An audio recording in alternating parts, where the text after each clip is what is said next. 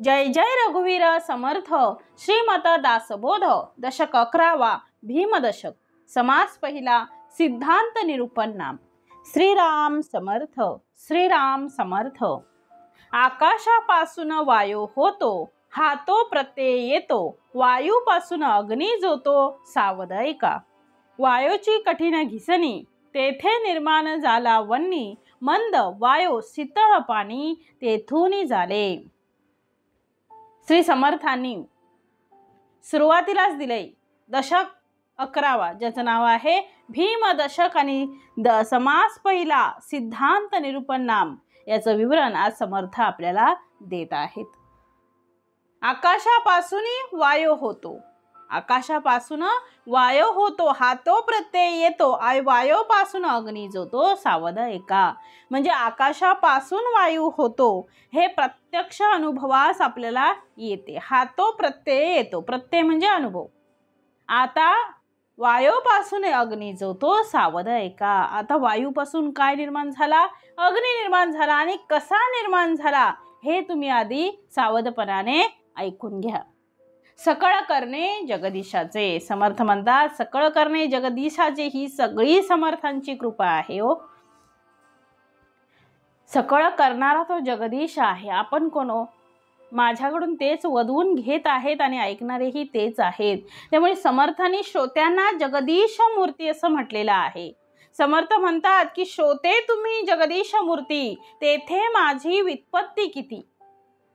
म्हणून आपण धन्य आहात, आपण खरोखरच थोर आहात, कारण आपण अखंड श्रवण करत आहात। आणि या दशकाचंच नाव मुळात काय आहे? भीमदशक। 11वा दशक आहे। 10 समास पूर्ण झाले आतापर्यंत। 11वा दशक समर्थांनी दिलाय ज्याचं नाव आहे भीमदशक। भीम असं समर्थ हनुमंतरायांना म्हणतात हो। हनुमंतरायांचे 3 गुण होते, 3 प्रकारची भक्ती ही हनुमंतरायांकडे होती हो। सगळ्यात महत्त्वाचं प्रसिद्ध म्हणजे काय? रामभक्त हनुमान। म्हणून बोलले जातं की हनुमानांच्या मंदिरात गेल्यानंतर जर हनुमानांना प्रसन्न करायचं असेल, हनुमंतरायाला जर प्रसन्न करायचं असेल, त्यांची जर आपल्यावर कृपा पाहिजे असेल तर जय श्रीराम म्हणायचं, म्हणजे त्यांच्या गुरुला प्रसन्न करायचं। जय श्रीराम। त्यांचे गुरु कोण? श्रीराम। मग हनुमंतरायांकडे महत्त्वाचे 3 गुण आहेत तो। 3 प्रकारची भक्ती हनुमंतरायांनी केली। भक्तीमध्ये हनुमंतराय हे सगळ्यात श्रेष्ठ होते। दास्य भक्तीमध्ये सगळ्यात श्रेष्ठ असलेले हनुमंतराय आहेत। ज्ञानामध्ये म्हणाल तर मोठमोठ्या पंडितांसमोर सुद्धा ज्ञान सांगू शकेल एवढे हनुमंतरायांचे आत्मज्ञान होते। आणि त्याही पलीकडे सर्व ज्ञान असून सुद्धा त्यांनी कर्म कधी टाकलं नाही। म्हणून कर्म भक्ती आणि ज्ञान, कर्म भक्ती आणि ज्ञान हा त्रिवेणी संगम हनुमंतरायांमध्ये दिसून येतो। म्हणून हनुमंतरायांना समर्थ इथे भीम असं म्हटलेलं आहे समर्थांनी। म्हणून म्हटले बघा, भीमरूपी महारुद्रा वज्र हनुमान मारुती वनारी अंजनी सुता। हनुमंत भीमरूपी आहे। कसा आहे? भीमरूपी, म्हणून 11वा रुद्र आहे। आणि दशकही कसा आहे? 11वाच आहे। ज्याप्रमाणे गंगा, यमुना आणि सरस्वती या 3 नद्यांच्या संगमावर आम्ही जर स्नान केलं तर आम्ही पवित्र होतो, त्याप्रमाणे समर्थ या ठिकाणी भक्ती, ज्ञान आणि कर्म या 3घांचा संगम समर्थ इथे सांगत आहेत। यामध्ये जर आपण राहिलो तर आमचं जीवन इहलोक आणि परलोक या दोन्ही ठिकाणी उद्धरून जाईल। म्हणून हा दशक खूप महत्त्वाचा आहे। समर्थ आता सुरुवातीपासूनच सांगत आहेत। 11व्या दशकामध्ये समर्थ आता समाजसेवा म्हणजे काय पहिलं सांगत आहेत, कारण आपल्याला कळलं पाहिजे या समासामध्ये काय काय आहे, या समासामध्ये समर्थ आपल्याला नेमकं काय सांगत आहेत हे आपल्याला पहिल्यांदा कळलं पाहिजे हो। आणि त्याच्यानुसार जर आपण श्रवण केलं तर आपल्याला लक्षात राहील, आपलं श्रवण उत्तमाचं होईल, जेणेकरून आपल्याला त्याचं मनन चिंतन करता येईल की या दशकामध्ये या समासामध्ये काय सांगितलंय समर्थांनी। तर सुरुवातीला समर्थ समाजसेवा म्हणजे काय ते सांगत आहे। समाजसेवा कशी करावी आणि समाजामध्ये संघटनेचं महत्त्व काय आहे। संघटन म्हणजे एकोपा, या संघटनेचं महत्त्व काय आहे आणि संघटना कशी करावी त्याचबरोबर राजकारण कसं असलं पाहिजे, व्यवहार चातुर्य कसं असलं पाहिजे, नेता कसा असला पाहिजे, पारमार्थिक नेतृत्व करणारे साधू संत कसे असले पाहिजेत, महंत कसे असले पाहिजेत, समर्थ हे सगळं या ठिकाणी सांगतात आहे. निष्काम कर्मयोगही समर्थ इथे सांगतात आहेत. अशा प्रकारच्या अत्यंत महत्त्वपूर्ण विषयांनी हा दशक पूर्ण नटलेला आहे हो. आणि त्याच्यातलं बारीक बारीक सगळा बारकावा समर्थ आपल्याला सांगत आहे. समर्थांचं निरीक्षण बघावं किती आहे.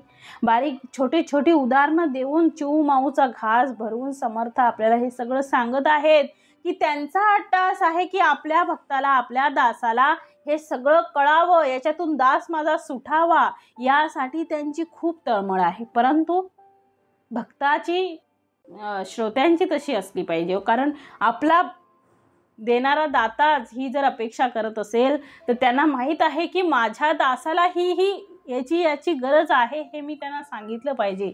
परंतु दासानेही तेवढीच तळमळ ठेवली पाहिजे. माझ्या गुरूंकडून सर्व काही जे काही आहे ते मला ऐकून श्रवण करून ते आत्मसात करायचं आहे. म्हणून समर्थाने सांगितलेलं आहे, या दशकामध्ये सगळं काही सांगितलं आहे. तो नटला आहे, ते सगळ्या विषयांनी सजला आहे. आणि म्हणूनच याचं श्रवण करणे आपल्या जीवनाला सुंदर असा आकार देणे असं आहे. म्हणून प्रत्येक समासात समर्थांनी नवीन बोध, नवीन सगळं सांगितलेलं आहे. त्यामुळे आपण सगळं उत्तमाचं श्रवण करून ते सगळं आपल्यामध्ये आत्मसात करण्याचा प्रयत्न प्रत्येकाने केला पाहिजे. कारण समर्थांची तशी खटपट आहे, त्यांची तळमळ आहे की माझा दास यातून सुटावा. कोणातून सुटावा तर 84 लक्ष जीव योनीमध्ये या ज्या चक्रामध्ये तो अडकलेला आहे त्याच्यातून तो सुटावा, अशी समर्थांची तळमळ आहे. आणि आपल्याला आपल्या जीवनाला सुंदर असा आकार देणं आहे. आणि जीवन म्हणजे काय आहे तर भक्ती आणि ज्ञान आहे. या दोन्हीचा संगम आहे. नुसतं भक्ती नाही हो. जीवन म्हणजे नुसती भक्ती म्हटली का, नुसतं ज्ञान म्हटलं का, किंवा नुसतं कर्म म्हटलं का, नाही. तर त्रिवेणी संगम झाला पाहिजे. कोणाचा तर भक्ती, ज्ञान आणि कर्म. आणि नुसतं ध्यानही नव्हे, नुसती भक्तीही नव्हे आणि कर्मही नव्हे. म्हणजे तिघांचाही ताळमेळ बसला पाहिजे. आणि यासाठी फक्त सद्गुरू पाहिजे. सद्गुरूंशिवाय तर नोपाय नाही. माया आणि ब्रह्म एवढ्यावरतीच समर्थ थांबले नाहीत, तर जीवनाच्या नानाविध पैलूंना समर्थांनी या दशकामध्ये उत्तमरित्या सांगितलेला आहे. असा विलक्षण असलेला हा ग्रंथ, ज्याचं नाव आहे श्रीमत दासबोध. समाजसेवा कशी करावी हेही समर्थ इथे सांगतात आहे. ज्ञानोत्तर कर्म कसं करावं हेही समर्थ सांगतात आहे. भगवंताची भक्ती कशी करावी तेही समर्थ इथे सांगतात आहे आपल्याला. आणि भक्तीतून समर्थ म्हणतात, भक्तीतून ज्ञान जन्माला यावं आणि ज्ञानानंतर समाजाच्या उत्थानासाठी, उत्कर्षासाठी कर्म आवश्यक आहे. आणि हे सगळं या दशकामध्ये समर्थ आपल्याला सांगत आहेत. आता समर्थ या सिद्धांत निरूपणामध्ये सुरुवातीला सृष्टीची निर्मिती कशी झाली ते सांगतात आहे. समर्थांनी सुरुवातीला पहिल्या सगळ्या ओळींमध्ये समर्थांनी पहिली सृष्टीची निर्मिती कशी झाली, कशी सृष्टी निर्माण झाली, आतापर्यंत आपण पाहिलं सृष्टीची निर्मिती कशी झाली. आकाशापासून वायू झाला, वायूपासून अग्नी झाला, हे सगळं पाहिलं. परंतु समर्थ म्हणतात थोडक्यात आता आपल्याला पाहायचं आहे की सृष्टी कशी निर्माण झाली. म्हणून म्हटलंय दशक 11वा भीम दशक, समास पहिला, सिद्धांत निरूपण नाम श्रीराम समर्थ. आकाशापासून वायू होतो, हातो प्रत्यय येतो, वायूपासून अग्नी जोतो सावधायिका. वायूची कठीण घिसणी, तेथे निर्माण झाला वन्नी, मंद वायो शीतळ पाणी, तेथून झाले. आपापासून झाली पृथ्वी, ते नाना बीजरूप जाणावी, बीजापासून उत्पत्ती व्हावी, हा स्वभावची आहे. मुळी सृष्टी कल्पनेची, कल्पना आहे मुळींची, जयेपासून देवत्रयाची काया झाली. आता समर्थ सांगतायत प्रथम ओवीमध्ये आकाशापासून वायू होतो, हातो प्रत्यय येतो. आता समर्थ म्हणतात आकाशापासून काय झाला, वायू झाला. हे काय आलं तर हा तो प्रत्यय येतो. प्रत्यय म्हणजे प्रत्यक्ष अनुभवास येतो. आकाशापासून वायू होतो हे प्रत्यक्ष आपल्याला अनुभवास येतं, वायोपासून अग्नी जो तो सावध ऐका. आता वायोपासून अग्नी कसा निर्माण होतो ते आता सावधपणाने तुम्ही ऐका. म्हणून पुढे म्हटलंय, वायोची कठीण घिसणी तेथे निर्माण झाला वन्नी, मंद वायो शीतळ पाणी तेथून झाले. म्हणजे वायोची कठीण घिसणी, वायोचं जे कठीण घर्षण होतं, वायोची कठीण घिसणी म्हणजे वायूचे जे कठीण घर्षण होते तेथे निर्माण झाला वन्नी. वायूची कठीण घिसणी झाल्यावर, कठीण घर्षण झाल्यावर वन्नी म्हणजे अग्नी निर्माण झाला आणि मंद वायू शीतळ पाणी तेथून झाले. मग आणि वायूच्या मंद झुळकेपासून बघा, वायूचे कठीण घर्षण झाले आणि त्याच्यामुळे अग्नी झाला आणि वायूच्या मंद झुळकेपासून शीतल पाणी निर्माण झाले. मंद वायू शीतळ पाणी तेथून झाले. खूप उत्तमाच्या ओवी समर्थाने दिलेला आहे तो. आपापासून झाली पृथ्वी. आपापासून काय झाली? पृथ्वी. ते नाना बीजरूप जाणावी, बीजापासून उत्पत्ती व्हावी, हा स्वभावची आहे. म्हणजे आपापासून पृथ्वी निर्माण झाली, ते नाना बीजरूप जाणावी. पृथ्वीमध्ये नाना बीजरूप, नाना बीजे सामावलेली आहेत आणि बीजापासून उत्पत्ती व्हावी हा स्वभावचे आहे. मग बीजापासून वनस्पती, प्राणी मात्र यांची स्वाभाविकरित्या उत्पत्तीच होत असते असं सांगितलेलं आहे समर्थांनी. बीजापासून उत्पत्ती होते हे आपल्याला तर माहीतच आहे. मग समर्थ म्हणतात आकाश. या आकाशामध्ये पहिलं भूत जे आलं आकाश. आता पंचमहाभूत कोणती आहे? तो आकाश, पृथ्वी, तेज, वायू आणि अग्नी. मग ही जी 5 पंचमहाभूत आहेत त्याच्यामधील पहिलं आहे पृथ्वी. मग समर्थ म्हणतात आकाश. आकाशामध्ये काय आलं? पहिलं भूत जे आलं त्याचं नाव आहे वायू. आणि आकाशामध्ये वायू निर्माण झाला आणि या वायूने सर्वत्र संचार करताना अग्नी निर्माण झाला. हो, ढग एकमेकांवर आदळतात बघा आणि तेथून वीज कडाडते. जसा आपण दगडावर जर मारला बघा तर आग निर्माण होते. जसं अश्मयुगीन काळामध्ये तसं केलं जात होतं की आग पेटवली जात होती, तसं ढग एकमेकांवर आदळतात आणि तेथून वीज कडाडते. आकाशापासून वायू, वायूतून अग्नी निर्माण झाला. आकाशातून वायू, वायूतून अग्नी, अग्नीतून पुढे पाणी निर्माण झालं आणि त्या पाण्यातून म्हणजे आपातून पुढे पृथ्वी निर्माण झाली. आपातून पुढे पृथ्वी आणि त्या पृथ्वीने नाना रूप धारण केले आणि सुजलाम सुफलाम सस्य श्यामलाम ही सृष्टी दिसू लागली आणि त्या सृष्टीमध्ये नाना बीजांनी आपली उभारणी केली आणि त्या बीजापासून पुढे उत्पत्ती झाली आणि हा सहज गुण आपल्याला ज्ञात आहे. आणि म्हणून समर्थ पुढे सांगतात आता आपण ही जी सृष्टी म्हटली ती कल्पनेची सृष्टी आहे. आता पुढे समर्थ देतात आहे आपापासून झाली पृथ्वी, ते नाना बीजरूप जाणावी, बीजापासून उत्पत्ती व्हावी, हा स्वभावची आहे. म्हणजे पृथ्वी झाली आणि पृथ्वीमध्ये नाना बीज सामावलेली आहेत आणि त्यापासून वनस्पती झाल्या. मग मुळी सृष्टी कल्पनेची, कल्पना आहे मुळींची, जयेपासून देवत्रयाची काया झाली. मुळी सृष्टी कल्पनेची, मुळी सृष्टी म्हणजे ही संपूर्ण सृष्टीच कशी आहे? मुळी सृष्टी कल्पनेची म्हणजे कल्पनामय आहे, कल्पना आहे मुळींची. मग आणि ही कल्पना काय आहे? कोहम बहुश्याम. ही जी पहिली कल्पना जी आहे तीच मूळ माया आहे, कल्पना आहे मुळींची. जयेपासून देवत्रयाची काया झाली. मग तिच्यापासूनच ब्रह्मा विष्णू आणि महेश या त्रिदेवांचे देह उत्पन्न झाले. ब्रह्मा विष्णू आणि महेश या त्रिदेवांचे काय झाले? देह उत्पन्न झाले. त्रैदेव म्हणजे कोण? ब्रह्मा विष्णू आणि महेश या 3 देवाची उत्पत्ती, देवांची म्हणजे रजतम आणि सत्व. मुळी सृष्टी कल्पनेची, कल्पना सृष्टीतूनच पुढे त्रैदेव म्हणजे त्रिदेव जे ब्रह्मा विष्णू महेश आहेत म्हणजेच रजतम सत्व या गुणातून या 3 देवांचा जन्म झालेला आहे. म्हणून पुढे म्हटलेलं आहे समर्थाने निच्छळामध्ये चंचळ तेची कल्पना केवळ, अष्टधा प्रकृतीचे मूळ कल्पना रूप.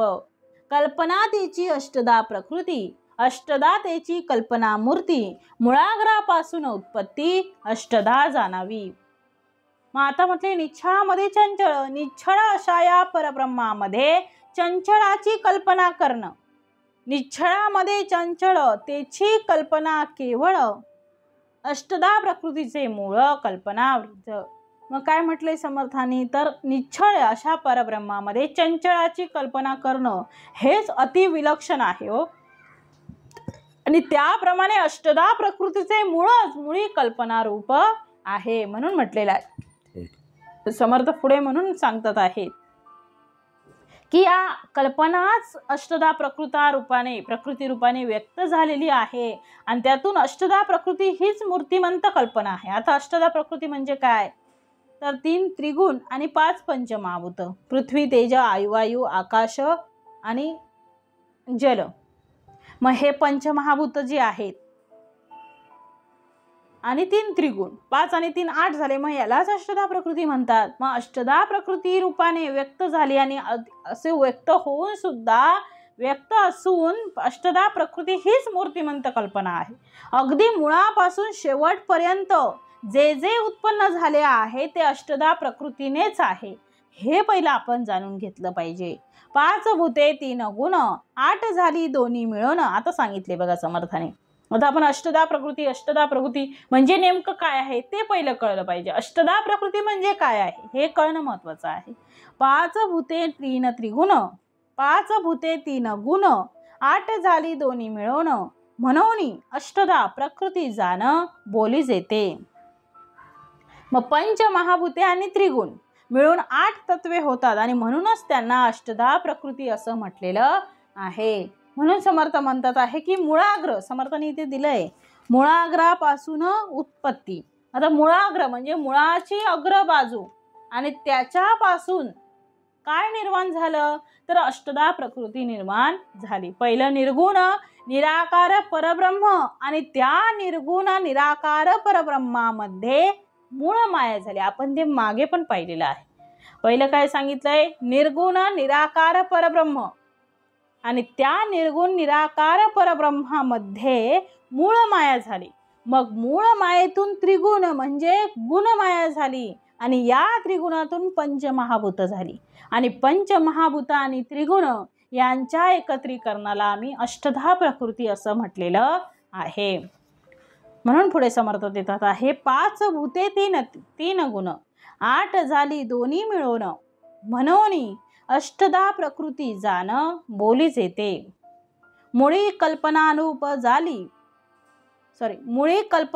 झाली पुढे त्याची फापावली, केवळ जडत्वास आली सृष्टी रूपे. मुळी झाली ते मूळमाया, त्रिगुण झाले ते गुणमाया, जडत्व पावली ते अविद्या माया सृष्टी रूपे. पुढे चारी खाणी झाल्या, चारी वाणी विस्तारल्या, नाना योनी प्रगटल्या नाना व्यक्ती. मग आता समर्थाने दिलंय मुळी कल्पना रूप झाली, पुढे त्याची फापावली म्हणजे प्रथम कल्पनाच मूळमाया सूक्ष्म रूपाने उत्पन्न झाली. मुळी कल्पना रूप झाली, पुढे त्याची फापावली, केवळ जडत्वास आली सृष्टी रूपे. म्हणजे पहिली कल्पनाच मूळमाया सूक्ष्म रूपाने उत्पन्न झाली आणि तीच पुढे वाढली, विस्तारली. फापावली म्हणजे वाढली, विस्तारली आणि सृष्टी रूपाने केवळ जडत्वास आली. सृष्टी रूपाने जडत्वास जड म्हणजे स्थूल विस्तारली आणि सृष्टी रूपाने स्थूलपणे आकारास आली. मुळी झाली ते मूळमाया, त्रिगुण झाले ते गुणमाया, जडत्व पावली ते अविद्या माया सृष्टी रूपे. काय सांगितलंय, मुळी झाली ते मूळमाया, मुळात जी स्फुरण रूपाने उत्पन्न झाली तिला समर्थाने मूळमाया म्हटलेलं आहे.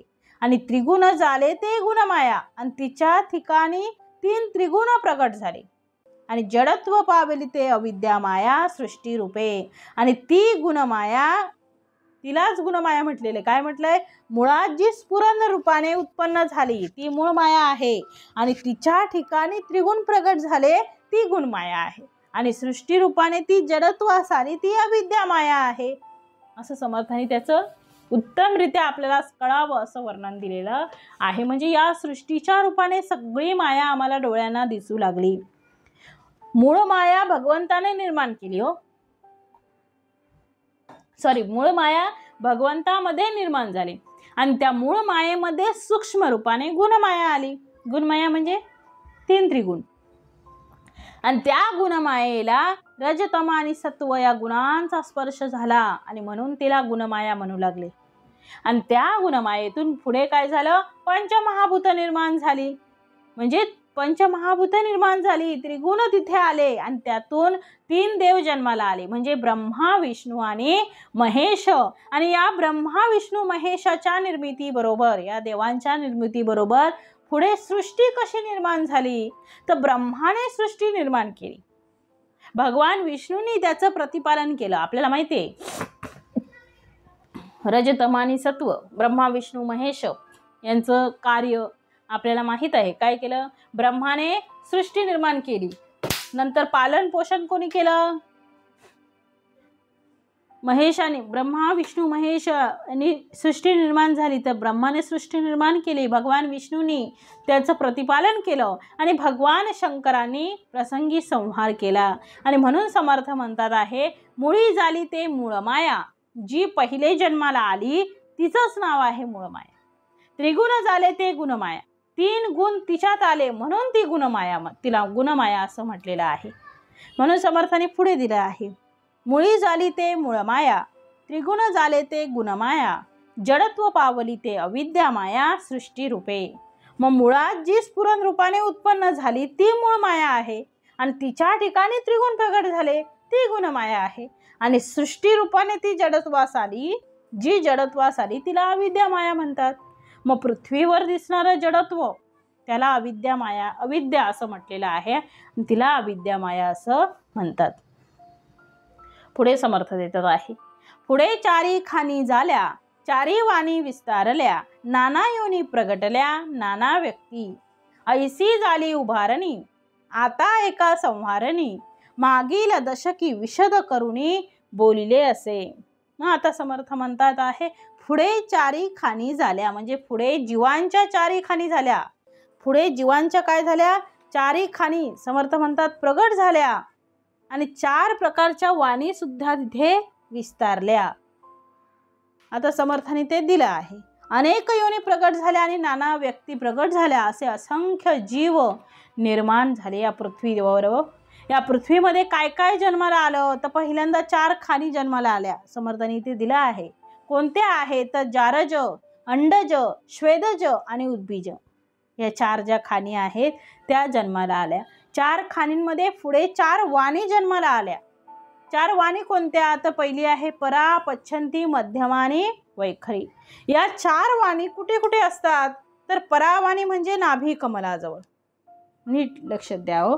परावाणी म्हणजे नाभी कमलाजवळ, पश्चंती हृदयाजवळ, मध्यमा कंठाजवळ आणि वैखरी जिभेच्या जवळ. बघा, परावाणी नाभी कमलाजवळ, हृदयाजवळ पच्छंती, कंठाजवळ मध्यमा आणि वैखरी, जिला आपण वैखरीने बोलणं म्हणतो, जीभ, जिभेच्या जवळ. अशा प्रकारच्या 4 ठिकाणी 4 वाणी जन्माला आल्या आणि यातून नाना योनी प्रगटल्या, नाना व्यक्ती. किती नाना प्रकारच्या इथे व्यक्ती जन्माला आल्या, नाना प्रकारच्या योनी जन्माला आल्या आणि यामधून ही संपूर्ण सृष्टी निर्माण झाली. आणि म्हणून समर्थ इथे म्हणतात आहे, ऐसी झाली संहारणी, ऐसी झाली उभारणी, अशी उभारणी आम्ही पाहिलेली आहे. ऐसी झाली उभारणी, आता एका संहारणी, मागील दशकी विशद करुणी बोलिले असे. मागील दशकामध्ये काय सांगितलं होतं, ऐसी झाली उभारणी, या प्रकाराने या दृश्य सृष्टीची उभारणी झाली. आणि आता काय सांगितलंय, आता एका संहारणी, आता संवारणी कशी झाली ते ऐका. मागील दशकी विशद करुणी बोलिले असे. मागील दशकात संवारणी विस्तारपूर्वक सांगितलीच आहे. आपल्याला माहिती आहे मागील दशकात सांगितलेली होती. जगज्योती नाम मागील दशक कोणता होता, 10वा दशक जगज्योती नाम होता. मग त्याच्यामध्ये समर्थ म्हणतात ऐसी झाली उभारणी, आता ही सगळी उभारणी समर्थांनी सांगितली 10व्या दशकापर्यंत. आता एका संवारणी, आता संवारणी कशी झाली, कारण मागील दशकामध्ये ते झालेलं होतं.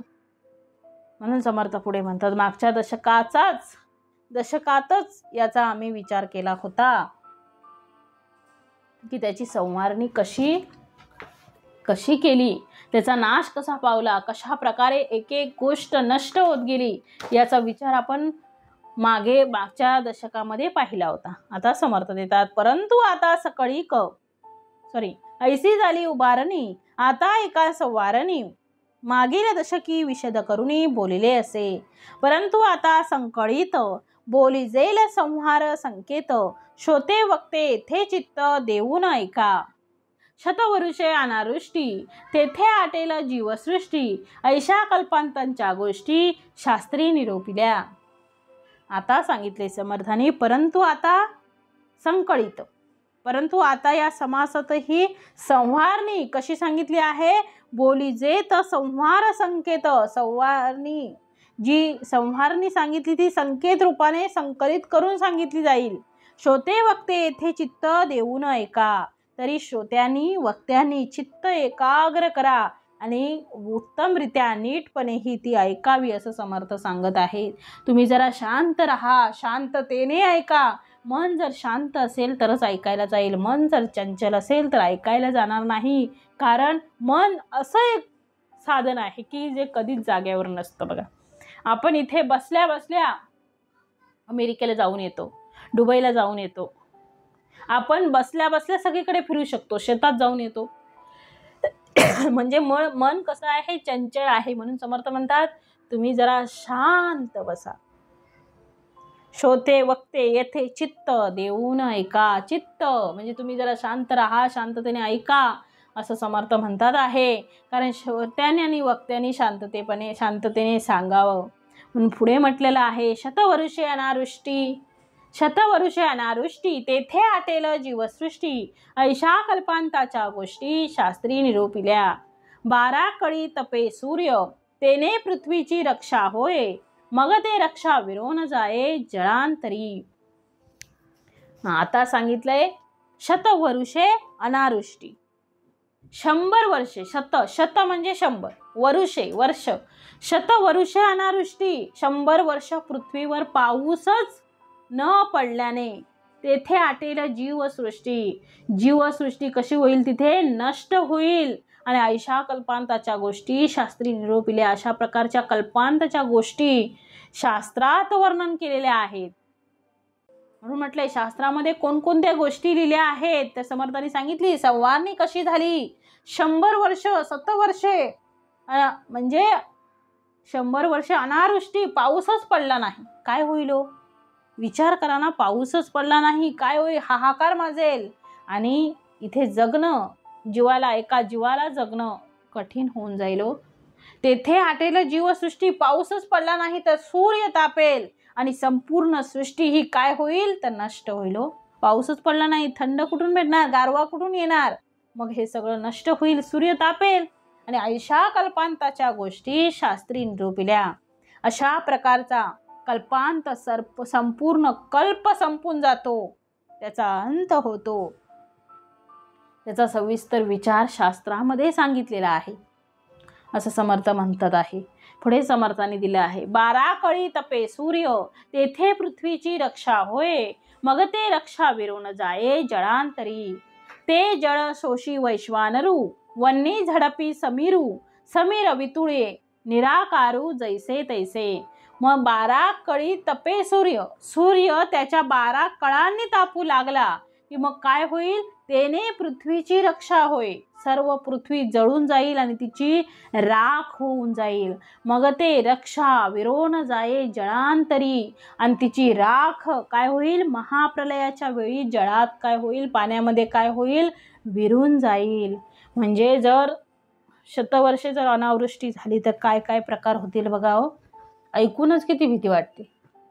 मग कशा प्रकारचा कल्पांत होईल, 12 कळी सूर्य तापतो आहे, त्यामुळे पृथ्वीची राखच होऊन जाणार. 12 कळी ती राख झालेली आहे आणि ती पाण्यामध्ये मिसळून जाईल. म्हणून पुढे म्हटलंय, ते जळ शोषी वैश्वानरू, जो समर्थ म्हणतात जे 12 कळी झाल्यानंतर जो महाप्रलय येईल त्याच्यामध्ये काय होईल, ते जळ शोषी वैश्वानरू, वन्नी झडपी समीरू, समीर वितळू, निराकारू जैसे तैसे. ऐसी सृष्टी संहारणी झाली, मागा विस्तारे बोलिली, माया निरासे उरली, स्वरूप स्थिती. मग ते जे जळ आहे आता महाप्रलयामध्ये हे सगळं काय आहे, विरून जातं. आणि ते जे महाप्रलयाचं जळ आहे ते जळ शोषी वैश्वानरू, अग्नीमुळे ते सर्व जल काय होईल, शोषलं जाईल. वन्नी झडपी समीरू,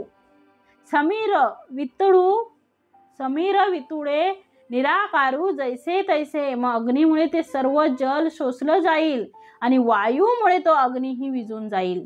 वायू असल्यामुळे तो अग्नी काय होईल, महाप्रलयामध्ये विझून जाईल. आणि नंतर तो वायूही आकाशाच्या ठिकाणी लय पावेल आणि परब्रह्म मात्र निराकार परब्रह्म जसंच्या तसंच राहील. कशा प्रकारचं कल्पंत होईल बघा. ते जळ शोषी वैश्वानरू, ते जळ पिण्याचं म्हणजे जे ते ह्याचं काम आहे, जळ पिण्याचं काम आहे तो कोण करणार आहे, वैश्वानरू करेल. सूर्य हा पाण्याला सुकवून टाकेल आणि वन्नी झडपी समीरू, आणि या मोकळ्या जागेमध्ये आकाशामध्ये काय जन्माला येईल, वारा जन्माला येईल. आणि वारा जन्माला आल्यानंतर सगळीच्या सगळीकडे ही राख पसरून जाईल. वारा आल्यानंतर वाऱ्याने ती पसरून जाईल. म्हणून पुढे समर्थ म्हणतात, ते जळशोषी वैश्वानरू, वन्नी झडपी समीरू, समीर वितुळे, निराकारू जैसे तैसे. ऐसी सृष्टी संहारणी झाली, मागा विस्तारे बोलिली, माया निरासे उरली, स्वरूप स्थिती. तेथे जीवशिव पिंड ब्रह्मांड, आटोन गेले थोतांड, माये अविद्येचे बंड, वितळून गेले. मग समर्थ म्हणतात आहे आता, ऐशी सृष्टी संहारणी झाली म्हणजे या प्रकारे सृष्टीचा संहार कसा होतो, तर मागे विस्तारे बोलिले, हे आपण पूर्वी विस्तारपूर्वक सांगितलेलंच आहे, ऐकलेलंच आहे. माया निरासे उरली, स्वरूप स्थिती. मग मायेचाही निराश झाला, ही केवळ निर्विकार स्वरूप स्थिती मात्र, म्हणजे मायेचा निराश झाला आणि फक्त काय राहिलं तर निराकार निर्विकार, केवळ निर्विकार स्वरूप स्थिती मात्र तिथे उरलेली आहे. अशा प्रकारे शिल्लक काहीच राहिलं नाही. नेमकं शिल्लक काय राहील तर काही राहणार नाही. नेमकं शिल्लक समर्थ म्हणतात आहे की सगळीच्या सगळीकडे काही शिल्लक राहणार नाही. नेमकं शिल्लक काय राहील तर पुढे सांगितलंय बघा, तेथे जीव शिव पिंड ब्रह्मांड, निराकार परब्रह्म आहे तो शिल्लक राहणार. तेथे जीव शिव पिंड ब्रह्मांड, आटोन गेले थोतांड, माये अविद्येचे बंड, वितळून गेले. आणि या प्रकारे सृष्टीचा संहार कसा होतो हे आपण पाहिलं. आणि फक्त निर्विकार स्वरूप स्थिती मात्र तिथे उरते. आणि अशी स्थिती होते तेव्हा जीव शिव पिंड ब्रह्मांड आणि सर्व थोतांड नाहीसे होते आणि अविद्या माया ही संपूर्ण काय होते, नाश पावते. शिल्लक काय राहील तर इकडे जीव राहिला शिल्लक, तिकडे शिव शिल्लक राहिला, इकडे पिंड संपला, तिकडे ब्रह्मांडही संपला. आणि काय आटवून गेले थोतांड म्हणजे असार होतं ते सगळं गळून पडलं, असार होतं ते सगळं नष्ट झालं, सार मात्र शिल्लक राहिलं. आणि पुढे समर्थाने दिले, मागे आपण ते पाहिलं होतं, मागे याचा सगळ्यांनी समर्थाने सविस्तर अभ्यास दिलेला होता.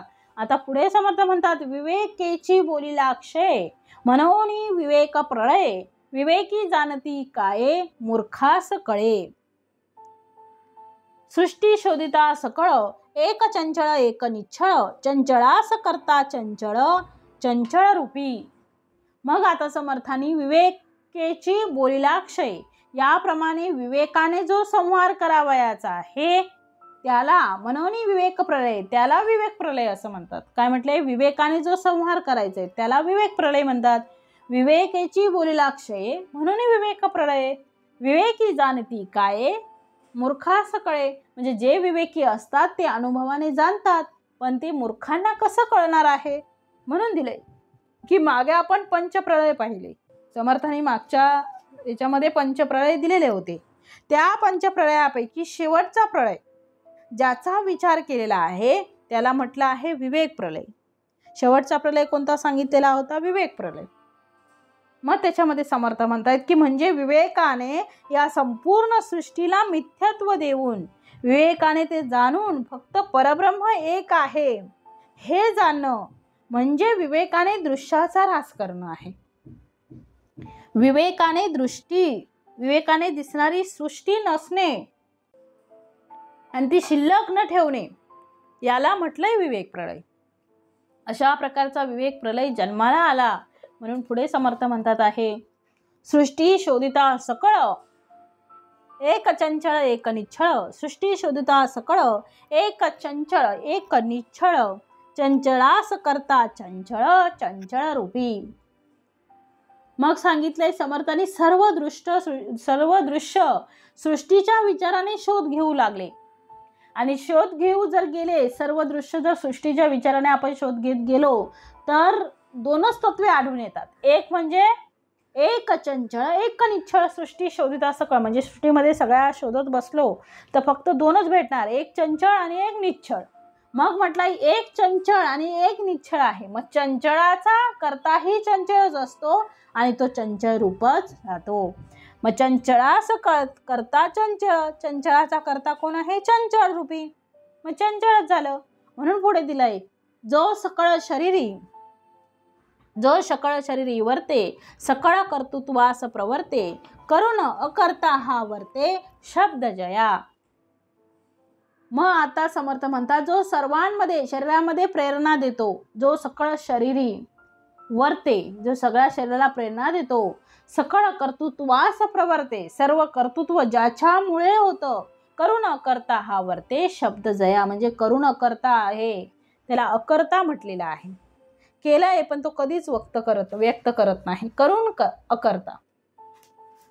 करुण अकर्ता जो करणारा आहे पण त्याने काहीही केलेलं नाही आहे. अशा प्रकारची सृष्टी निर्माण झाली. ही भगवंताने निर्माण केली आणि भगवंताच्या सामर्थ्यानेच ती नष्ट झाली. आणि म्हणून अशा प्रकारे समर्थ म्हणतात आहे पुढच्या ओळीमध्ये, रावरंक ब्रह्मादिक सकळांमध्ये वर्ते एक, नाना शरीरे चाळक शब्द, नाना शरीरे चाळक इंद्रियेद्वारे, त्यास परमात्मा बोलती, सकळ करता ऐसे जाणती, परितो नासेल प्रचिती, विवेके पहावी. म्हणजे रावरंक ब्रह्मादिक, रावरंक देव या सर्वांना, ब्रह्मादिक या सर्वांना तो एकच चालवणारा आहे. मग सकळांमध्ये वर्ते एक, सगळ्यांच्या मध्ये तो एकटाच वर्ततो आहे. सर्वांच्या कर्तृत्वाला तोच प्रेरणा देतो आहे. इंद्रियांच्या द्वारे, नाना शरीरे चाळक इंद्रियांद्वारे म्हणजे इंद्रियांच्या द्वारे तोच अनेक शरीरांना चालना देत आहे. सगळे म्हणजे राव रंक ब्रह्मादिक सगळ्यांमध्ये एकच वर्ततो आहे. तो म्हणजे कोण आहे? अंतरात्मा आहे. म्हणून पुढे म्हटलंय, त्यास परमात्मा बोलती, त्या सगळ्यांना म्हणजे सगळ्यांमध्ये जो वर्तत आहे त्याला काय म्हटलंय? त्यास परमात्मा बोलती, त्यालाच परमात्मा असं म्हणतात. सकळ करता ऐसे जाणती, परितो नासेल प्रचिती, विवेके पहावी. जो श्वानामध्ये गुरगुरितो, जो सुकरांमध्ये कुरकरितो, गाढवी भरवून भुंकतो आटा हसे, लोक नाना देह देखती, विवेकी देहांत पाहती, पंडित समदर्शने घेती येणे प्रकारे. मग आता सांगितले समर्थाने की सगळे जे राव रंक ब्रह्मादिक आहे सगळ्यांमध्ये एकच आहे, परब्रह्म अंतरात्माच आहे. मग नाना प्रकारची ही जी शरीर आहेत ही चलित होतात. हे केवळ त्यांच्या सामर्थ्यावर आहे, म्हणजे परमात्म्याच्या सामर्थ्यावर आहे. आणि त्या जगज्योतीच्या सामर्थ्यावर, या ब्रह्माच्या सामर्थ्यावर आहे. आणि त्यालाच काय म्हटले आहे? परमात्मा असं म्हटलेलं आहे. त्यास परमात्मा बोलिती, सकळ करता ऐसे जाणती, परितो नासेल प्रचिती, विवेके पहावी. मग त्यालाच लोक परमात्मा असं म्हणतात आणि तो सकळांचा काय आहे? करता आहे. त्यास परमात्मा बोलती सकळ करता ऐसे जाणती, त्यालाच काय म्हणतात, सकळ करता. परी तो नासेला प्रचिती विवेके पाहावी. मग म्हटलंय पण तोही अखेर नाश पावतो, याची प्रचिती विवेके पाहावी. त्याची प्रचिती आपल्याला फक्त विवेकाने येऊ शकेल. अशा प्रकारे विवेकाने आपण पाहिलं तर परब्रह्म शिल्लक राहतं, बाकी सगळ्या गोष्टी संपतात आहे. आणि म्हणून सगळ्यांमध्ये तो भगवंत वास करतो आहे असं समर्थ सांगत आहे. जळी स्थळी काष्टी पाषाणी तो सर्वत्र भरलेला आहे, भरून पुरून उरलेला आहे. जिथे जातो तिथे तू माझा सांगाती, पुढे उभा मंगेश मागे उभा मंगेश, माझ्याकडे माझा देव पाहतो आहे. सर्वत्र तो भगवंत वास करतो आहे. घट घट में साई रमता, जिथे नजर टाकाल तिथे भगवंत आहे. अशी जागा नाही, अशी वस्तू नाही की ज्या ठिकाणी भगवंत नाही. आणि म्हणून जो श्वानामध्ये गुरगुरितो, समर्थन दिलंय, जो श्वानामध्ये गुरगुरितो, जो सुकरांमध्ये कुरकुरितो, गाढवी भरोन भुंकतो आटा हसे, लोक नाना देह देखती विवेकी देहांत पाहती, पंडित समदर्शने घेती येणे प्रकारे. मग आता दिले जो श्वानामध्ये गुरगुरतो, सगळीकडे तोच परमात्मा आहे, तोच आत्मा आहे. मग समर्थ म्हणतात आहे की प्रत्येक वेळी वेगवेगळा आहे का नाही. जो श्वानामध्ये गुरगुरतो तो सुद्धा परमात्माच आहे. जो कुत्र्यामध्ये गुरगुरतो, जो सुकरांमध्ये कुरकुरितो म्हणजे डुकरामध्ये कुरकुरतो, आणि गाढवी भरून भुंकतो, गाढवात अंतर्यामी भरून अट्टाहासाने ओरडतो, गाढवी भरून भुंकतो अट्टाहासे, तो सुद्धा परमात्मा आहे हो. सगळ्या ठिकाणी तो भरून पुरून उरलेला आहे. अशी एकही जागा नाही, असं एकही स्थान नाही, असं एकही ठिकाण नाही जिथे परमात्म्याचा अंश नाही. कारण जिथे परमात्मा नाही तिथे देह संपलाच समजावा. कोणाचाही असो, जीव, पक्षी प्राणी मनुष्य सगळ्यांमध्ये तोच आहे. लोक नाना देह म्हणजे जो श्वानामध्ये गुरगुरतो तो सुद्धा भगवंत आहे. म्हणूनच तर नाथाने गाढवाला पाणी पाजलं आणि नामदेव महाराजांनी कुत्र्याच्या मागे वाटी घेऊन पळाले होते. कारण कुत्र्याला म्हणाले की तुला रोडगे जे आहेत ते गोड लागणार नाही, त्यासाठी त्याच्यावर तूप घे, म्हणून ते धावले होते. पण ते का धावले हो, त्यांना माहीत होतं की सगळ्यांमध्ये तोच परमात्मा आहे. कुत्र्यामध्ये सुद्धा तोच आहे, वाघामध्ये सुद्धा तोच आहे, माणसामध्ये सुद्धा तोच आहे, आणि मुंगीमध्ये सुद्धा तोच आहे. मग हे भगवंतांना कळलं. मग म्हणून पुढे म्हटले, लोक नाना देह देखती विवेकी देहांत पाहती, पंडित समदर्शने घेती येणे प्रकारे. श्लोक दिलेला आहे. विद्या विनय संपन्ने ब्राह्मणे गवी हस्तिनी, शुनी चैव श्वपाके च पंडिताहा समदर्शनी. म्हणजे सामान्य लोक नाना देहांकडे स्थूल दृष्टीने पाहतात हो. नाना देह देखती, स्थूल दृष्टीने सगळं पाहतात. विवेकी देहांत पाहती, जे विवेकी असतात ते देहातील अंतरात्म्याला पाहतात. आणि पंडित समदर्शने घेती येणे प्रकारे. मग ते देहातील अंतरात्म्याला पाहतात, आणि जे पंडित असतात ते सर्वांना या प्रकारे काय आहे, पंडित समदर्शने म्हणजे समान दृष्टीने, समदृष्टीने येणे प्रकारे. मग श्लोक दिला आहे समर्थाने, विद्या विनय संपन्ने म्हणजे विद्या आणि विनय यांनी संपन्न असलेला, ब्राह्मणे गवी हस्तिनी, ब्राह्मण, गवी गाय, हस्तिनी म्हणजे हत्ती, शुनी म्हणजे कुत्रा, आणि श्वपाके चैव चांडाळ, आणि या सर्वांना श्वपाकेच्छ पंडिताहा समदर्शनी, हा विवेकी पुरुष समदृष्टीनेच पाहतात असं म्हटलेले. अशा प्रकारे सगळ्यांमध्ये तो भगवंत वास करतो आहे. नाना लोकांमध्ये देहामध्ये तोच वास करतो आहे. विवेकाने देहामध्ये, देहात पाहती म्हणजे देहाच्या आत. आम्ही विवेकाने देहात देह पाहता वेगळाले, परंतु अंतर एकची झाले, प्राणी मात्र देखिले एकांतरे. म्हणजे देहाच्या आत आम्ही विवेकाने जर पाहिलं तर आम्हाला भगवंत दिसतात. आणि म्हणून याला अशा प्रकारे समर्थ समदर्शी, पंडित त्यांना समदर्शी असं म्हणतात. अशा प्रकारे समर्थ म्हणतात की या सर्व प्राणीमात्रामध्ये तो एकटा राहतो आहे. सम म्हणजे सारखे, दर्शन म्हणजे पाहणे. लोक नाना देह देखती, आम्हाला जगामध्ये खूप देह दिसतात आहे. अनंत देह आहेत, कारण त्यांचे मोजमापच आपण करू शकत नाही एवढे देह आहेत. म्हणजे एकेका प्राण्याचा विचार केला तर त्यांच्या प्राण्यांची मुलं म्हणजे किती शरीर झाली हो. पृथ्वीमध्ये जितुकी शरीरे, इथे म्हणतात आहे पृथ्वीमध्ये जितुकी शरीरे, म्हणून पुढे म्हटलंय लोक नाना देह देखती, विवेकी देहांत पाहती, पंडित समदर्शने घेती. येणे प्रकारे मग लोकांना देह दिसतात, पंडित ज्ञानी समदर्शी अशांना त्या देहामध्ये देह चालवणारा तो परमात्मा दिसतो. आपल्याला फक्त देह दिसतो, परमात्मा कधी दिसत नाही.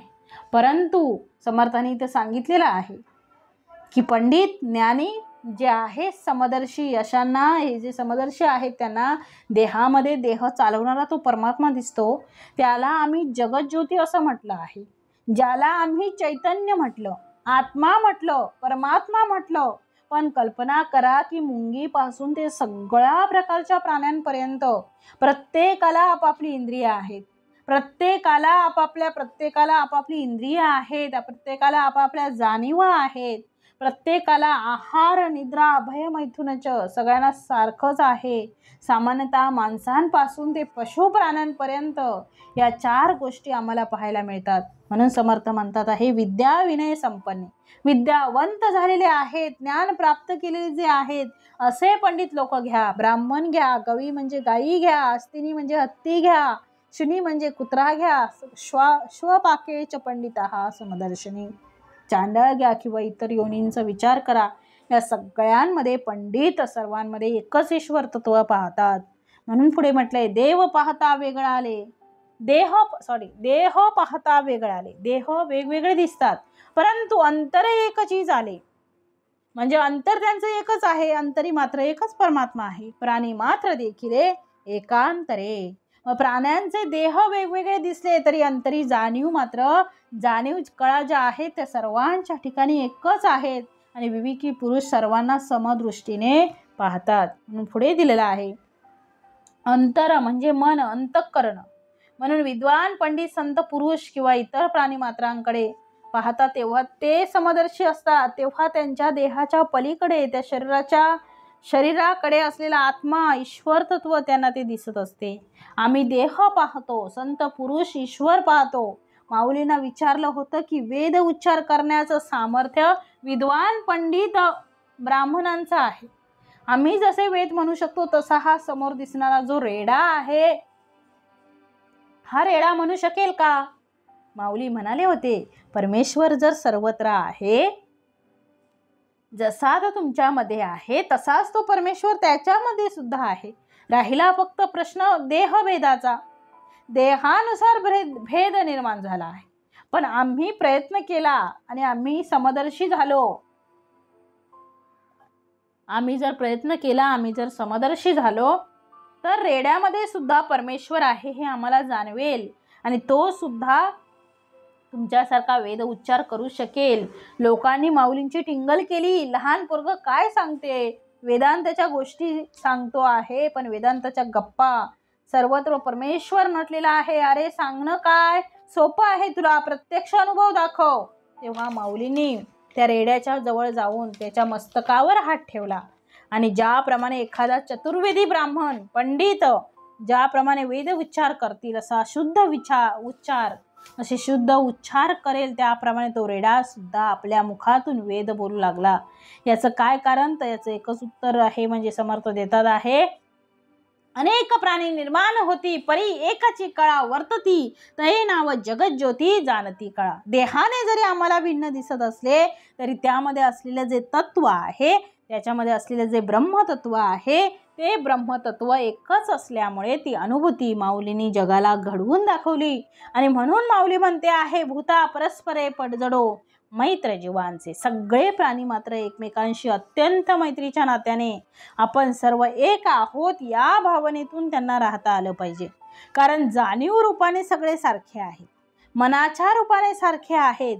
प्रत्येकाला तहान भूक झोप भय संसार या गोष्टी सगळ्यांना आहेत, सगळ्या प्राणी मात्रांना आहेत. मग त्यांच्यात आणि आमच्यात नेमका फरक तरी काय, तर देह भिन्नता आहे, शरीर भिन्नता आहे. म्हणून अंतःकरण, परंतु अंतःकरण मात्र सगळ्यांचं एक आहे. म्हणून समर्थ म्हणतात, पृथ्वीमध्ये जी तुकी शरीरे ती तुकी भगवंताची घरे.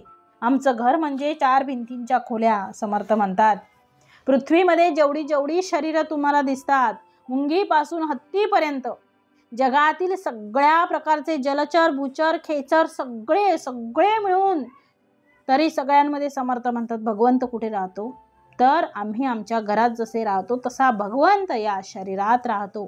त्याचं ठिकाण सांगता येत नाही. हृदयात आहे, डोळ्यात आहे, कानात आहे. भगवंत आहे कुठे? कानामध्ये राहतो तेव्हा तो शब्द ऐकू येतो, मग कानात आहे असं म्हणू शकतो. जेव्हा डोळ्यात राहतो तेव्हा दृश्य पाहता येतं. जेव्हा जिभेत राहतो तेव्हा चवीची जाणीव होते. जेव्हा मनात असतो तेव्हा सुख दुःखाची जाणीव होते. तो भगवंत नाही असा कुठेही नाही.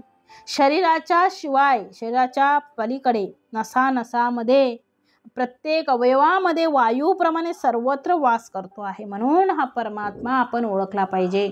म्हणून समर्थ म्हणतात की आम्ही समदर्शी झालं पाहिजे. आपल्या भारतीय संस्कृतीमध्ये जेवढ्या पूजा सांगितल्या आहेत त्या पूजांचा विचार करा. झाडांची पूजा सांगितली, कारण देव हा नुसता पशु पक्षी प्राण्यांमध्ये नाही, तर वनस्पतींमध्ये सुद्धा आहे तो परमेश्वर. जगदीशचंद्र बोस यांनी म्हटलेलं आहे की ते सुद्धा सजीव आहे, जिवंत आहे. वनस्पती, रोज तुळशीला पाणी घाला. तुळशीमध्ये जे चैतन्य रूप आहे भगवत रूप आहे. या जगामध्ये असलेल्या सगळ्या वनस्पती यांना चैतन्य आहे, ते भगवंताचं रूप आहे. बेलाची पानं भगवान शंकरांना वाहतो. तेरा तुझको अर्पण क्या लागे मेरा. ज्याने दिलं आहे त्यालाच द्यायचंय परत. झाडं काय आपण निर्माण केली, फुलं काय आपण आणली, फळं काय आपण निर्माण केली नाही, भगवंताने केलं सगळं. भगवंतालाच अर्पण आहे. तेरा तुझको अर्पण. म्हणून आंब्याचा गोडपणा आहे. प्रत्येक वस्तूत, प्रत्येक पदार्थाला त्याची वेगवेगळी भिन्नता आहे. ती चव कळली पाहिजे. केळीचा गोडपणा आहे, केळीचा गोडपणा वेगळा आहे, आंब्याचा गोडपणा वेगळा आहे, अननसाचा गोडपणा, आंबटपणा वेगळा आहे. ती भगवंताच्या कृपेने तिच्यात चव आलेली आहे. ही भगवंताची कृपा आहे. म्हणून समर्थाने नानाविध प्रकारच्या वनस्पती असतील, जीव असतील, सृष्टीमध्ये असलेल्या विविध गोष्टी असतील, यामध्ये ईश्वर आहेच आहे. जर तो भगवंत नसता तर माऊली भिंतीला चालवू शकले नसते. तो भगवंत निर्जीवामध्ये सुद्धा तो वास करतो, सजीवात तर आहेच आहे. फक्त तो निर्जीवामध्ये असलेला तो भगवंत आहे ही जाणीव आहे. ते अत्यंत सूक्ष्म स्वरूपात आहे. कधी आपण आपल्या जुन्या घरी गेलो बघा, जर आता आपण दुसरीकडे राहत शहरात ज्यावेळी येतो आपण, ते आपण बालपणीच्या आपल्या घरी जातो, त्यावेळी आपल्याला काही गोष्टी आठवतात आणि तिथे गेल्याबरोबर आपल्याला आपलं बालपण आठवतो आणि असं वाटतं त्या वस्तू आपल्याशी बोलतात आहे. हे काय आहे? जाणीव आहे. कारण वस्तूलाही आहे. म्हणून समर्थ म्हणतात, श्रोती नाना शब्द जाणे. तो कानामध्ये जाऊन बसतो त्यामुळे तो शब्द जाणतो. म्हणून पुढे समर्थाने दिलेलं आहे. आता पुढे समर्थ म्हणतात आहे की जसं आपण बोलतो तर त्वचेमध्ये तोच आहे, तोंडामध्ये आपल्या भगवंत आहे म्हणून आपण बोलतो आहे. जर भगवंतच नसता, तो जर परमात्मा नसता तर आपण बोललो नसतो. म्हणून पुढे म्हटलंय समर्थाने, श्रोती नाना शब्द जाणे, त्वचेमध्ये शीतोष्ण जाणे, चक्षुमध्ये पाहू जाणे नाना पदार्थ. म्हणजे सर्व प्राणी कानाने ऐकतात, मग कानामध्ये तोच आहे. त्वचेला थंड गरम कळतं, डोळ्याने आम्ही नाना प्रकारचे पदार्थ पाहतो, दृश्य पाहतो, ते सुद्धा सामर्थ्य भगवंताचंच आहे. म्हणून पुढे म्हटलंय, रसनेमध्ये रस जाणे, घ्राणामध्ये वास तो जाणे, कर्म इंद्रियांमध्ये जाणे नाना विषय स्वाद. मग सर्व प्राणी कानाने शब्द ऐकून जाणून घेतात. त्वचेने शीत उष्ण याचं ज्ञान होतं. डोळ्याच्या योगेने सर्व प्राणी पदार्थ पाहतात, दृश्य पाहतात. मग तसंच पुढे म्हटलंय, रसनेमध्ये रस जाणे, घ्राणामध्ये वास तो जाणे, कर्म इंद्रियांमध्ये जाणे नाना विषय स्वाद. मग जिभेच्या योगे रसाची जाणीव होते, नाकाच्या योगे वास घेतात, कर्मेंद्रियांच्या योगे नाना विषयांचा स्वाद घेता येतो. म्हणून नाना प्रकारचे विषय स्वाद हे सुद्धा कर्मेंद्रियांमध्ये प्राप्त होतात. पुढे म्हटलंय, सूक्ष्म रूपे स्थूळ रक्षी, नाना सुख दुःखे परीक्षी, त्यास म्हणती अंतरसाक्षी अंतरात्मा. मग सर्वांच्या हृदयात सूक्ष्म रूपाने राहून स्थूल देहाचे जो रक्षण करतो आणि नाना सुख दुःखाची जो अनुभूती घेतो त्यालाच अंतरसाक्षी असं म्हटलेलं आहे. स्थूल शरीर, स्थूल म्हणजे शरीर, सूक्ष्म रूपे स्थूळ रक्षी. आपल्या शरीरात स्थूळ देह आहे, तसा सूक्ष्म देह आहे. पण आम्ही रक्षण कोणाचं करतो आहे? तर स्थूळ देहाचं रक्षण करतो. नाना त्या माध्यमातून सुख दुःख भोगणं हे कोणाचं सामर्थ्य आहे? तर अंतरसाक्षी अंतरात्मा. तो अंतरात्मा त्यामध्ये आहे, म्हणून त्या सगळ्या प्रकारच्या कृती घडतात. आणि म्हणून समर्थ त्याची नाव काय आहे ते पुढे सांगतात आहे. आत्मा, अंतरात्मा, विश्वात्मा, चैतन्य, सर्वात्मा, सूक्ष्मात्मा, जीवात्मा, शिवात्मा, परमात्मा, द्रष्टा, साक्षी, सत्ता, रूप, म्हणजे त्याची नावं समर्थांनी दिलेली आहेत. आत्मा, अंतरात्मा, शिवात्मा, विश्वात्मा, चैतन्य, सर्वात्मा, सूक्ष्मात्मा, जीवात्मा, परमात्मा, द्रष्टा, साक्षी, ही सगळी त्यांची नावं आहेत. तो खरोखर द्रष्टा आहे, म्हणजे पाहतो फक्त, करत काही नाही. आपण करतो. तो साक्षी आहे. भगवंत हा फक्त साक्षी रूपाने आहे, सत्ता रूप आहे. याचा अर्थ त्याच्या सत्तेवर मात्र हे इंद्रिय चालतात. यंत्रावर तो बसलेला आहे म्हणून तो आरूढ होतो आहे. यंत्र ते आरूढ होते आहे म्हणून देह चालतो, गाडी चालते. ड्रायव्हर बसतो म्हणून गाडी चालते हो. आम्ही बोलतो कारण आमचा अंतरात्मा बसलेला आहे आतमध्ये. भगवंत बसलेला आहे म्हणून बोलतो. त्याचं सामर्थ्य नसेल, तो नसेल तर आपल्याला बोलता येणार नाही. पाय असून चालता येणार नाही. जसं मेलेल्या माणसाला पहा, सगळी इंद्रिय असतात पण ते काहीच करू शकत नाही. पाय बांधून ठेवतात. मला जाळू नका, मला चटका लागेल. भगवंत नाही तिथे. सांगतो का तो? काय तर भगवंताला सांगतो का? की त्या माणसांना सांगतो का की मला चटका लावू नका, मला आगीची भीती वाटते, माझे पाय बांधू नका? नाही, कारण त्याच्यातलं चैतन्य रूप सगळं नाहीच आहे. पंचतत्वातलं ते एक घटक झालेला आहे. पुन्हा ते पंचतत्वात विलीन करून टाकायचं. पण चैतन्य जे आहे ते पुरुष तत्व जे आहे ते निघून गेलेलं आहे. म्हणून पुढे दिलेलं आहे समर्थाने, विकारामधील विकारी अखंड नाना विकार करी, तयास वस्तू मनती विकारी परमहीन. मग आता समर्थाने इथे दिलेलं आहे की विकारामध्ये विकारी जरी असतील आणि अखंड नाना प्रकारचे विकार करत असतील, तयास वस्तू म्हणती विकारी परमहीन. देहामध्ये 4 प्रकारचे जीव राहतात. वेगवेगळी नामं दिलेली आहेत त्याला हो समर्थाने. मग विकारात्मक शरीरात राहणारा आणि नाना चेष्टा करणारा म्हणून विकारी. अखंड नाना विकार उत्पन्न करतो म्हणून त्याला सद्वस्तू म्हणता येणार नाही. पण दृष्टीने जे आहेत विकारी ते परमहीन लोक या जगत ज्योतीलाच सद्वस्तू आणि परब्रह्म वस्तू म्हणतात. सर्व एकची दिसती अवघा एकांकार करीती, ते अवघी माईक स्थिती चंचळामध्ये. मग या चंचळाच्या राज्यात सर्व देह बाहत्यासारखेच दिसतात. म्हणून वर्णाश्रमा धर्माचा अनादर करून सर्व एकच मानणाऱ्यांची स्थिती, मनस्थिती जी आहे ती काही आपण चंचळामध्ये बदलू शकत नाही. चंचळ आहे ना, ती बदलत राहते. चंचळ माया ते माईक, निश्चळ परब्रह्म एक, नित्यानित्य विवेक या कारणे. मग जे जे म्हणून चंचळ रूप आहे सर्व माईक आहे. निश्चळ परब्रह्म एकलं एक जसंच्या तसं आहे. म्हणूनच नित्यानित्य विवेकाने त्यास आपण जाणून घेतलं पाहिजे. जातो जीव तो प्राण, नेणे जीव तो अज्ञान, जन्म तो जीव तो जाण वासनात्मक. मग जीव जातो असं म्हटलं जातं तेव्हा प्राण जातो. स्वरूप ते जाणत नाही, तो अज्ञानी जीव आहे. आणि त्यात जन्म असतो तो वासनात्मक जीव. म्हणून तो वासनात्मक जर जन्म झाला तर वासनात्मक जीव झाला तो. ऐक्य जीव तो ब्रह्मांश, जेथे पिंड ब्रह्मांड निरास, येथे सांगितले विशेष चत्वार जीव. असो हे अवघे चंचळ, चंचळ जाईल सकळ, निश्चळ ते निश्चळ आदी अंती. मग स्वरूपी ज्याचे ऐक्य झालं आहे तो जीव ब्रह्मांश आहे. तेथे पिंड ब्रह्मांडाचं निरसन झालेलं असतं आणि त्याप्रमाणे हे जीवांचे 4 विशेष प्रकार सांगितलेले आहेत. मग असो हे अवघे चंचळ, चंचळ जाईल सकळ, निश्चळ ते निश्चळ आदी अंती. मग असो हे सगळं जे सर्व चंचळ आहेत व जे जे चंचळ असते ते शेवटी काय आहे? नाश पावणार आहे. मग निश्चळ ते निश्चळ आदी अंती. म्हणून जे निश्चळ असतं ते आदी अंती जसंच्या तसं निश्चळच राहतं. आद्य मध्य अवसान जे वस्तू समसमान, निर्विकारी निर्गुण निरंजन, निसंग निष्प्रपंच. मग जी ब्रह्मवस्तू आहे ती आधी आहे, मध्ये आहे आणि अंती सुद्धा आहे. सदा सर्व काळ समानच असते. ती कशी आहे? निर्विकारी निर्गुण निरंजन, निसंग निष्प्रपंच. मग ती निर्विकारी निर्गुण निरंजन निसंग आणि निष्प्रपंच असते. उपाधी निरासे तत्वता, जीव शिवास ऐक्यता, विवंचून पाहो जाता उपाधी कैसी. असो जाणणे तुके ज्ञान, परंतु होते विज्ञान, मने ओळखावे उन्मन कोण्या प्रकारे. मग जीवाची उपाधी अविद्या माया आहे आणि शिवाची उपाधी काय आहे? विद्या माया. मग मी दिलेलं आहे समर्थाने, उपाधी निरासे तत्वता, जीव शिवास ऐक्यता, विवंचन पाहे जाता उपाधी कैची.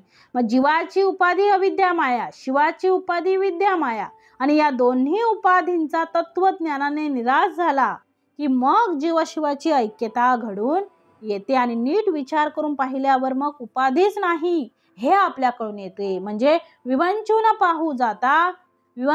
पाहो जाता उपाधी कैची. मग हे सगळं पाहिल्यावर मग कळतं की उपाधीच नाही हे कळून येतं. नंतर असो जाणणे तुके ज्ञान, परंतु होते विज्ञान, मने ओळखावे उन्मन कोण्या प्रकारे. मग हे सर्व जाणणं यालाच ज्ञान म्हणतात. परंतु ज्ञानाचे अनुभवात रूपांतर झाल्यावर मग त्याला विज्ञान असं म्हणतात.